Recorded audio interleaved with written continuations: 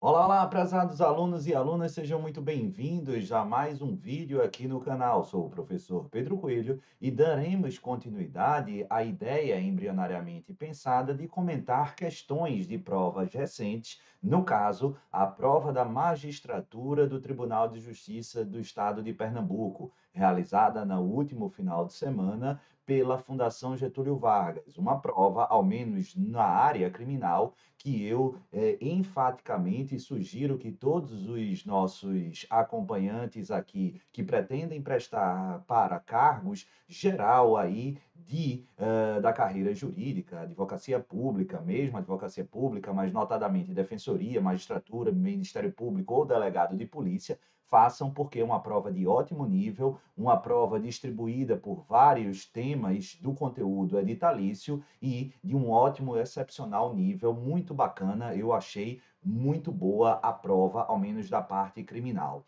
E aí a gente já percebe, a gente já comentou uma questão anterior e avançaremos agora na parte de processo penal. E você percebe que o examinador, ele mesclou bem conhecimentos doutrinários, novidades legislativas, conhecimentos de lei e, naturalmente, também trazendo importantes apontamentos jurisprudenciais. A gente vai comentar uma questão relativa a medidas assecuratórias, notadamente o sequestro, tema que frequentemente aparece nas provas, nos certames públicos em processo penal, com uma peculiaridade. Quem faz minhas aulas, meus cursos, nos acompanham nas nossas várias aulas, sabe que eu sempre destaco, olha, em relação às medidas assecuratórias, o principal ponto responsável aí por 80, 85% das questões de provas objetivas é dominar absolutamente o conteúdo da lei. E essa prova da magistratura não me deixa mentir, ao contrário, vem a reboque a ratificar essa minha percepção, essa minha conclusão estatística. Quem dominava a lei, óbvio, tendo um mínimo de conhecimento acerca dos institutos, matou a pau. Então, é aquela ideia. Eu, particularmente, não sou favorável a apenas estudar por lei. Eu sempre gostei de estudar mais por doutrina, por livro, por jurisprudência, mas como uma leitura inicial e de revisão final, eu enfaticamente aponto a sugestão de que leiam as leis depois de ter esse conhecimento mínimo adquirido e num processo de revisão, notadamente para medidas assecuratórias, foque-se fundamentalmente nos dispositivos legais. Beleza? Bacana? Se você não está inscrito ainda aqui no canal, se inscreve, aciona o sininho, porque sempre que eu trouxer conteúdo novo, você vai ser devidamente notificado. Sem mais delongas, vamos aí para o material. Eu vou lendo e aí faço os comentários que eu reputar percussientes. Vai para a tela. A questão vai direta no ponto. No tocante a sequestro de bens, é correto afirmar que, e aí eu sugiro que vocês deem uma lida a partir do 126 do Código de Processo Penal. Assertiva A vai dizer: poderá o juiz decretar sequestro abrangendo bens ou valores equivalentes ao produto ou proveito do crime quando estes não forem encontrados no patrimônio do investigado ou acusado. Exatamente, né, pessoal? Só que aqui vocês não vão encontrar a resposta no Código de Processo Penal. Peraí, Pedro, você disse que a exigência era fundamentalmente calcada na lei. Sim, mas esse ponto aqui, a figura do sequestro pelo equivalente, ela está consignada na legislação, porém, no Código Penal brasileiro. Exatamente. A Lei 12.694, datada de 2012, fez inserir essa figura do sequestro pelo equivalente justamente no âmbito lá dos efeitos da condenação, no artigo 91 do Código Penal, ao inserir o parágrafo 1º, e estabelece essa situação de sequestro pelo equivalente, de fato, quando o juiz entender que é caso de deferimento dessa medida assecuratória, mas por alguns motivos indicados na lei, essa constrição patrimonial não se revelar possível ou efetiva. Por quê? Porque ou os bens identificados, localizados, que seriam passíveis de sequestro, são localizados e identificados no exterior, ou, de outra sorte, não houver a localização ou a identificação, não sejam encontrados bens suficientes aqui de caráter ilícito, de proveniência ilícita, produto ou extraído do produto ou proveito do crime, justamente na situação específica. Em sendo isso, será possível realizar o sequestro aqui dos bens lícitos dissociados ao produto ou proveito do crime no parâmetro ou no patamar equivalente ao dano causado. É a inteligência, como a gente disse, do parágrafo 1º do artigo 91 do Código Penal e não do Código de Processo Penal.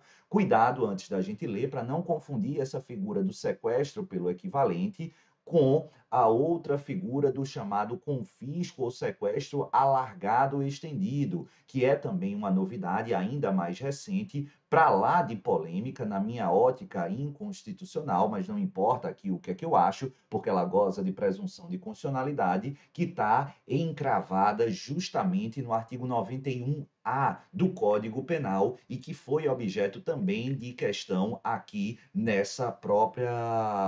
na próxima assertiva. A gente vai ver daqui a pouco. Antes, já que a gente quer encontrar a resposta correta, a assertiva A me parece absolutamente adequada a esse gabarito. Confirmando isso, dá uma lidinha aqui no artigo 91, parágrafo 1º do Código Penal. Está aí em destaque: poderá ser decretada a perda de bens ou valores equivalentes ao produto ou proveito do crime quando estes forem encontrados ou quando se localizarem no exterior, e justamente autorizando aqui a realização do sequestro. B de bola, a gente já tem aí a assertiva A como a correta, mas vamos só ratificar e verificar as demais assertivas. Diz a letra B: poderá o juiz decretar sequestro alargado ou confisco alargado estendido nas infrações penais às quais a lei comine pena máxima superior a 4 anos. A figura do confisco alargado ou sequestro alargado não se confunde com o sequestro pelo equivalente. Aqui, essa ideia inserida embrionariamente pela lei anticrime, lei 13.964 de 19, é para lá de polêmica e cheia de detalhes. Eu precisaria de mais ou menos 20 a 30 minutos para explicar em minúcias essa situação, mas ela vai ter como um dos seus parâmetros normativos de exigência para sua efetivação que a lei comine pena máxima superior a 6 anos e não 4 anos, como aponta aí a assertiva. Somente por conta desse detalhe, perceba aqui um detalhe muito pontual de quantidade de pena é que a assertiva está incorreta. Então, mantém-se a única assertiva adequada, a letra A. Vamos para a letra C, que vai dizer: será o sequestro levantado se a ação penal não for intentada no prazo de 30 dias, contado da diligência em que ficar concluída, ou contado da data em que ficar concluída a diligência. Presta atenção, por quê? Porque normalmente as questões de prova vêm trazendo uma pegadinha não em relação a esse prazo, mas notadamente ao início de sua contagem. Muitas vezes, várias questões trazem que o prazo para que a ação penal seja intentada vai ser datado, vai ser contado a partir do início da diligência de sequestro, a partir do início da determinação da diligência de sequestro, quando, na verdade, isso está equivocado. A parte final da assertiva está correta. Por quê? Porque o prazo para intentar a ação penal respectiva se dá, de fato, não da determinação, da decretação do sequestro, mas da efetivação e conclusão da respectiva diligência. No entanto, o prazo entabulado pelo legislador lá no Código de Processo Penal não é de 30 dias, mas sim de 60 dias. Mais uma vez, o erro trabalhado aí na questão de prazo. É um tema muito chato, mas como a gente sempre fala em aula, tem coisas chatas que a gente precisa trabalhar. Algumas são de raciocínio, outras de aprendizado e outras, infelizmente, de decoreba. Essa é uma delas, mas nem tudo é a maravilha. Se a gente quisesse fazer só coisa gostosa, aí, né, doutor, o que é que a gente passaria fazendo o dia todo? Não vou nem falar para não ser censurado. D de dado, tá aí na tela. Está errada a C e a D. Bastará para a decretação do sequestro existência de indícios veementes de proveniência ilícita dos bens, se estes não tiverem sido transferidos a terceiro. Exatamente, né, pessoal? Essa parte inicial, ela vai atestar e está correta, adequada ao estándar probatório para a decretação do sequestro, fundamentalmente entabulado no Código de Processo Penal. Se não me falha a memória, artigo 127 ou 129, mas acho que 127 do CPP. Mas a gente vai destacar que, por exemplo, e isso pode ser explorado em provas discursivas, cuidado que o estándar probatório exigido lá para as medidas assecuratórias, entre elas o sequestro, na lei dos crimes de lavagem de capitais, Lei 9.613 de 98, é menos restrito se comparado a esse do CPP. Para o sequestro no CPP, eu preciso indícios veementes, olha o adjetivo aí, da proveniência ilícita dos bens, ao passo que lá no âmbito da lavagem de capitais, basta que essa evidência indiciária da ilicitude da origem dos bens esteja presente. Não há a menção a essa veemência. Por isso que o STJ tem entabulado a orientação de que esses estándares probatórios são diversos, sendo mais frágil, menos rígido no âmbito da lei de lavagem de capitais. Mas como aqui não há o recorte, de fato está correto. Agora, o equívoco da assertiva é a colocação dessa observação final se estes não tiverem sido transferidos a terceiros. Aqui é indiferente, tá, pessoal? Não há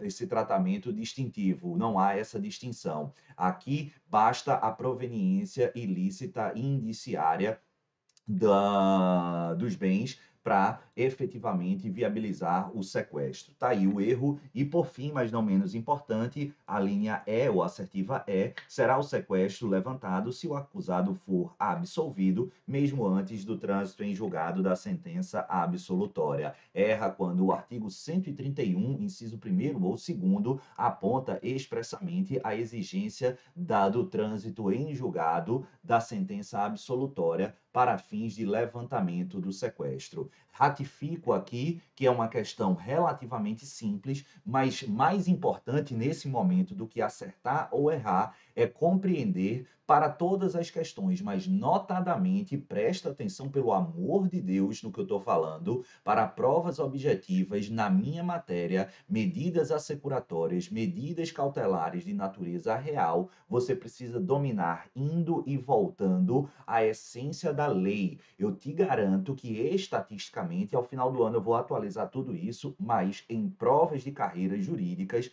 num levantamento de MP, magistratura, defensoria e delegado de polícia, quando esse tema cai, acima de 80% é essencialmente literalidade da lei. Para provas já avançadas, aí você precisa saber um pouco mais do debate doutrinário no que tange as polêmicas, e eu enfatizo aqui a imprescindibilidade de vocês dominarem o chamado confisco ou sequestro alargado, figura nova e absolutamente polêmica para fins de prova inserida pela lei anticrime, e a própria perspectiva do sequestro pelo equivalente, que já foi expressamente cobrada em provas como, por exemplo, a prova do Ministério Público, segunda fase do MP Rio de Janeiro e também, se não me falha a memória, da própria Defensoria Carioca. Beleza? No mais, comenta aí se você está gostando desse tipo de aula, se ajudou esse vídeo e, claro, indica para os amigos, vamos crescer um pouquinho mais o canal, me comprometo a postar mais vídeo, trazendo temas interessantes, auxiliando, essa sempre é a ideia, a preparação, o estudo e a atualização dos senhores e das senhoras. Se você não está inscrito aqui no canal, resolve esse problema. Se inscreve, aciona o sininho,